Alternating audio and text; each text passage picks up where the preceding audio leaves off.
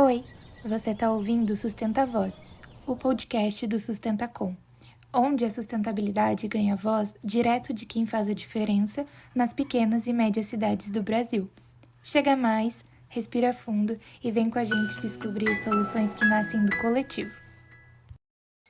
Bem-vindos e bem-vindas ao 6º episódio do Sustenta Vozes, podcast da Sustentacom.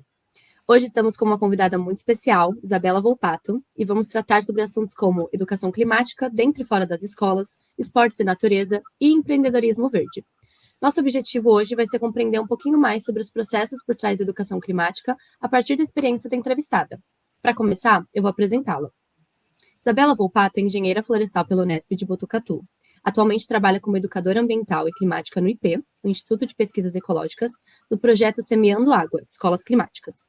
Nesse projeto, ela realiza atividades em escolas estaduais de São Paulo para conscientização e mitigação das mudanças climáticas em temas relacionados à justiça climática, horta, reciclagem, empreendedorismo verde e social. Durante seu período de graduação, Isabela ocupou diferentes espaços como empresa júnior e diretório acadêmico da universidade, bem como participou também de voluntariados pela ISEC, ICMBio, o Huerto Urbano em Querétaro, México, voltados à educação ambiental e também ao desenvolvimento sustentável. Enquanto educadora ambiental e climática no IP, Isabela planeja, organiza e realiza diagnóstico de conhecimento sobre as mudanças climáticas em comunidades escolares e voluntariados, pensando também no desenvolvimento de competências e habilidades para a mitigação e adaptação climática, bem como também para a redução da emissão de carbono, restauração ecológica, manejo sustentável de sistemas produtivos e a conservação da biodiversidade. A partir disso, ela trilha os benefícios ambientais decorrentes da adoção de atividades ecológicas nas escolas. Isa, muito obrigada por estar com a gente hoje, para esse bate-papo, que eu tenho certeza que vai ser muito rico. Obrigada a vocês pelo convite, está sendo um prazer estar aqui. Espero conseguir compartilhar um pouco do que a gente faz aqui no IP e aprender também, né, trocar informações com vocês. Com certeza. Bom, para começar, a gente sabe que educação ambiental é um tema transversal, né, que engloba tanto a educação formal quanto a informal. Levando em consideração a sua trajetória climática nas escolas, nos voluntariados, dentro e fora do Brasil, como que você enxerga esse processo de conscientização climática e o que você aprendeu com a educação ambiental atuando nesses espaços, né? O que te motivou também a ocupar esses espaços? Perfeito. Acho que para começar a falar de educação ambiental climática, educação ambiental, acho que é importante falar porque que a gente tentou alterar esse nome, né? A gente não mudou para educação climática porque a gente entende essa trajetória da educação ambiental no Brasil, né? Já existem grandes marcos, enfim. Então, numa tentativa de não apagar tudo que foi criado até aqui, foi conquistado até aqui, criou-se a educação ambiental climática pensando na importância das mudanças climáticas. E existe, né, hoje na BNCC, na Base Comum Curricular, a educação ambiental, mas o que a gente vê é uma carência de informações e ferramentas para levar essas informações para dentro da escola.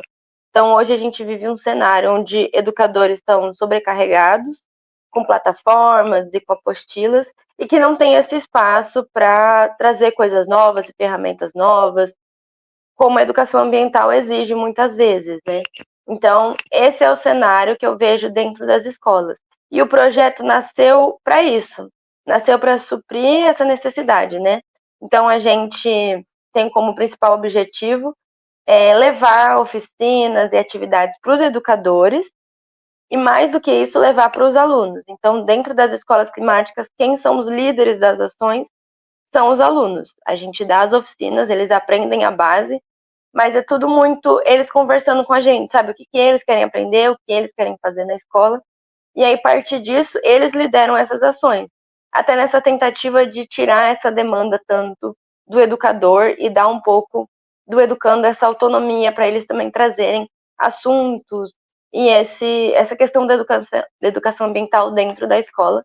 E o nosso grande objetivo é que isso seja irradiado para fora da escola, né? A escola só seja uma semente, mas que as coisas possam sair dali. Nossa, legal. Esse projeto que vocês desenvolvem no IP é bem interessante, assim, né? Porque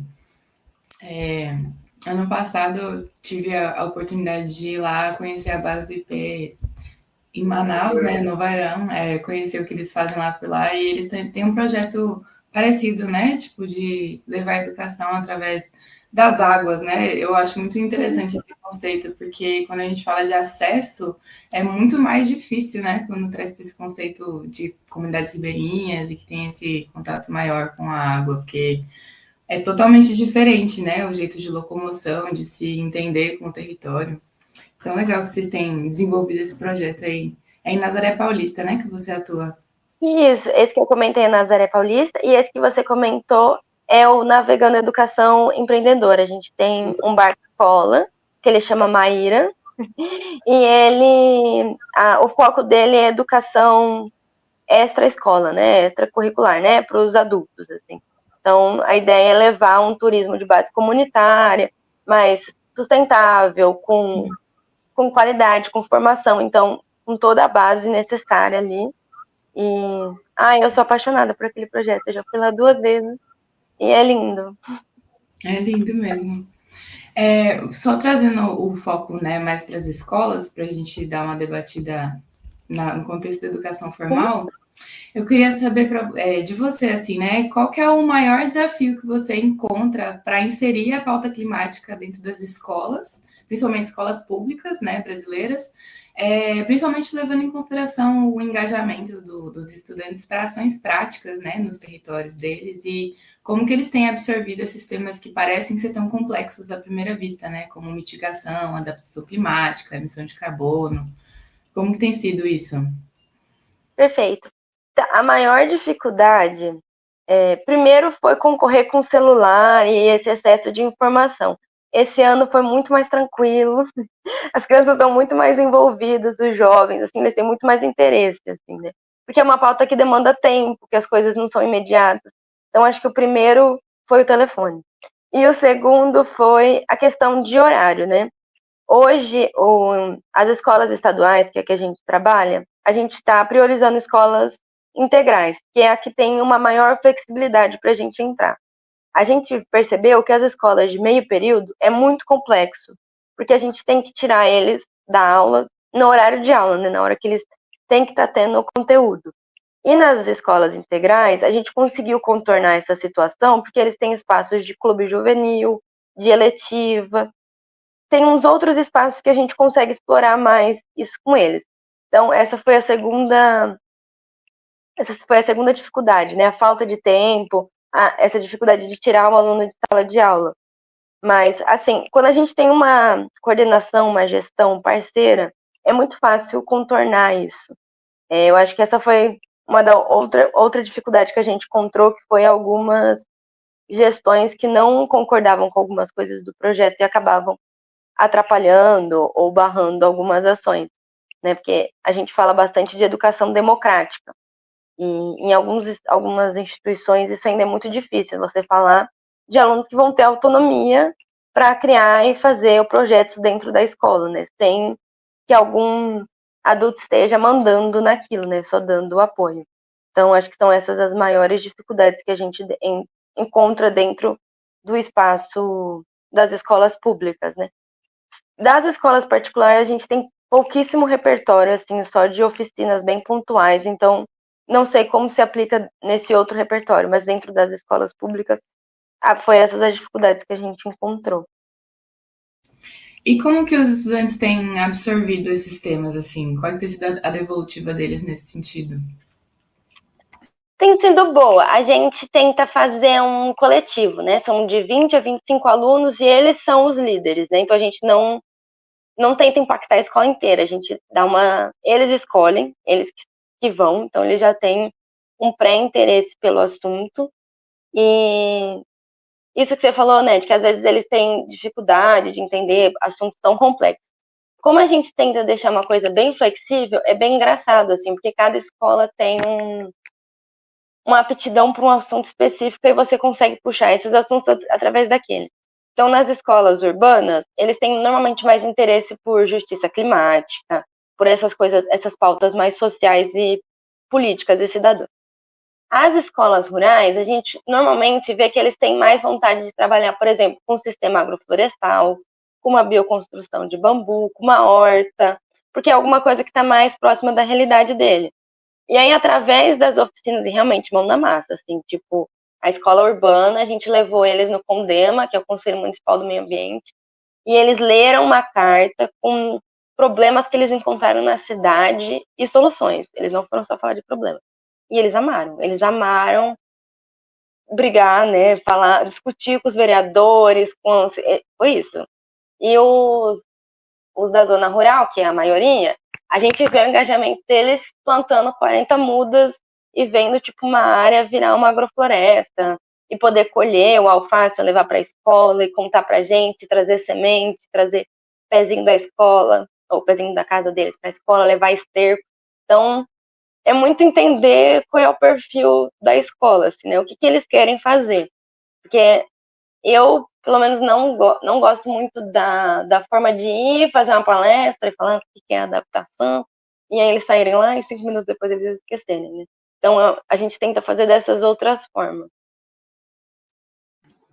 Nossa, muito legal. Fiquei encantada de conhecer mais. E é isso mesmo, né? Porque, querendo ou não, se você fica só na teoria, né? Ainda mais para alunos dessa faixa etária, fica abstrato, né? Legal quando vai na prática também.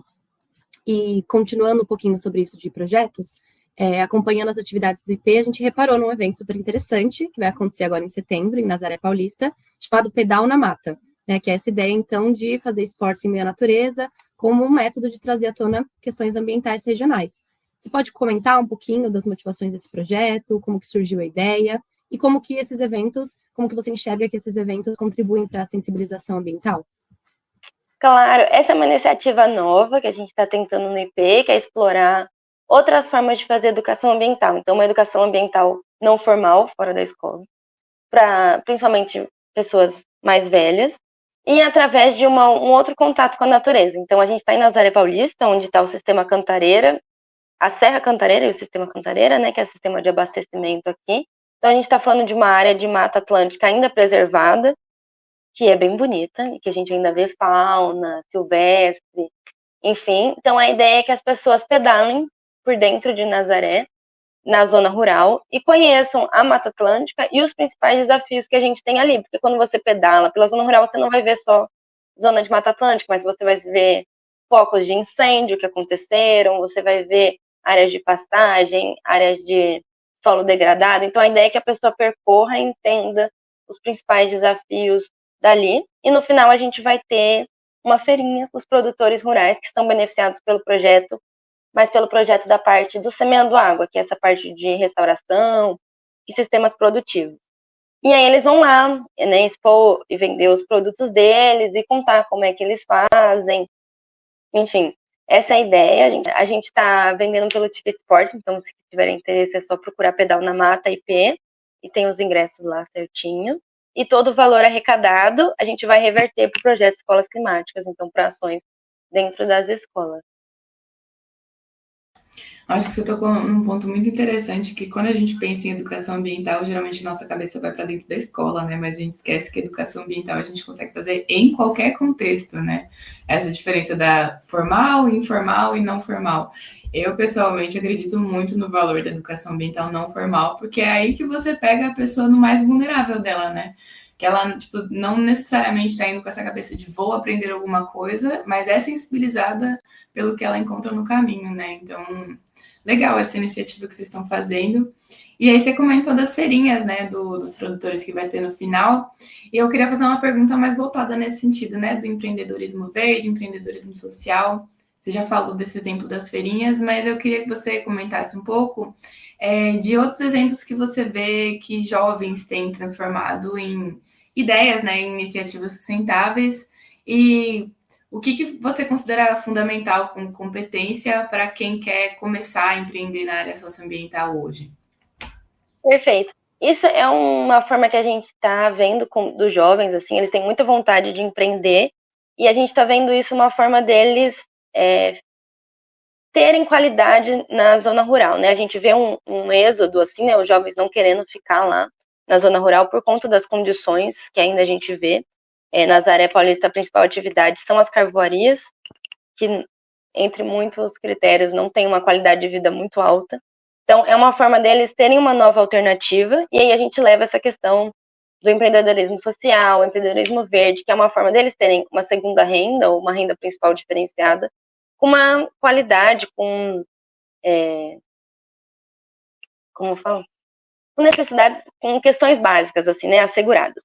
Então, a gente leva oficinas para dentro das escolas, e lá, fora das escolas, né, que é essa educação mais não formal, que são essas pessoas que já estão na feirinha, mas são jovens ainda, a gente está vendo várias iniciativas legais. Uma iniciativa muito interessante que a gente tem lá no território é a Elo. A Elo, ela produz flores agroecológicas, e a história dela é muito legal, porque ela produzia já flores, mas da forma comum, e ela teve uma questão de saúde pelos produtos que ela usava, ela e o esposo dela. E hoje eles produzem todas as flores dentro de agrofloresta. A gente não sabe de outras agroflorestas que estão produzindo flores. E são lindas, gente, são flores secas. A gente está conseguindo pensar em formas de logística, enfim. E é isso, foi uma história dela, uma questão que aconteceu com ela, por conta dos produtos, uma iniciativa delas. E o que a gente tenta fazer é dar apoio e tentar levar, né? O IP não ganha nada com essas iniciativas, a gente tenta realmente alavancar eles e incentivar mesmo, né? Pensar em soluções alternativas. Então, essa é uma história porque, assim, eu gosto muito porque, assim, é uma mulher, ela é dessas escolas que a gente trabalha hoje, ela leva essa história para as escolas, ela tem muito orgulho. Hoje ela é mestranda do IP, então ela faz mestrado no IP. Então, eu adoro, porque é uma solução também diferente, assim, né? Que a gente normalmente não pensa nisso. Muito bonito. Nossa, que incrível essa trajetória. E acho que puxando, né, já esse gancho para um outro tópico que a gente queria comentar, essa questão mesmo, né, de engajamento, de pessoas que têm se sensibilizado para essas pautas ambientais, mas não sabem como, né, como adentrar, como ajudar de fato na prática. E aí eu queria te perguntar, assim, diante da sua trajetória, quais seriam as principais dicas que você daria para as pessoas que querem começar a engajar na luta? Quais competências que seriam interessantes elas terem? Quais os lugares que elas deveriam estar com o olhar mais voltado? Quais seriam essas dicas? Perfeito. Olha, eu vim meio que do voluntariado e acho que essa é uma ótima alternativa, assim. Você consegue fazer, tipo, de final de semana, você não precisa, né, se você está numa transição de carreira, você não precisa sair. Você pode tentar pincelar alternativas diferentes. Eu tive essa experiência da ESEC, né, que é uma experiência de você ir para outro país e pensar em soluções juntos com outras pessoas. Eu acho super válido, assim, que você pode treinar um outro idioma, então você já acaba criando novas habilidades. Mas existem também alternativas aqui no Brasil, né? Existem ONGs, existem projetos que você pode fazer de forma remota, existem mutirões, enfim, diversas iniciativas que você pode começar e entender essa parte do social e aprender muito pelo voluntariado. E acredito que, assim, as principais habilidades para você trabalhar nessa parte social é ter essa escutativa, é entender que vai ser participativo, é entender que, diferente de outras áreas, não dá para chegar com uma coisa pronta, você vai ter que entender o território, vai ter que entender as pessoas e vai ter que moldar. Você pode até ter mais ou menos algo planejado, mas aquilo tem que ser totalmente flexível. E acho que é isso, assim, você tentar entender o território e não chegar com uma coisa pronta e que você é total detentor do saber, porque não vai funcionar. Você vai ter que ir, realmente conversar, entender e muitas vezes aprender muito mais do que ensinar naquele território. Entender realmente que o nosso papel é de apoio, assim. Enfim, tem várias instituições que é possível seguir, assim, o IP tem bastante curso e conteúdo. Para quem é da região aqui do Sistema Cantareira, dessa região, o Semeando Água tem cursos e oficinas gratuitas que a gente divulga no Instagram. Então, eu tenho um grupo no WhatsApp de educação ambiental que a gente divulga os materiais também, é possível entrar. Então, a gente tenta também trazer outras iniciativas e outras ideias que estão acontecendo aí Brasil afora. Eu acho que uma coisa muito importante que você disse é justamente isso. Primeiro, de entender, né, quais são as demandas do território que a gente está entrando. Isso é um aprendizado que eu também estou tendo muito, estou na trajetória do mestrado, né, e minha pesquisa foi totalmente para esse lugar também de entender a demanda do território e como o meu papel como pesquisador ou como pessoa que está indo, né, desse lugar de uma instituição fundamentada pode apoiar, né, as demandas desse território. E aí, de novo, esbarrando, né, nesse contexto do voluntariado e da educação ambiental não formal, ou informal, ou enfim, porque eu acho que é muito. Sai muito desse lugar da gente explanar, né, da gente, enquanto educadora ambiental, enquanto pessoas graduadas na área de ambientais, chega achando, né, tem esse conhecimento todo absorvido pela sala de aula e que pronto, é isso que a gente precisa para fazer acontecer.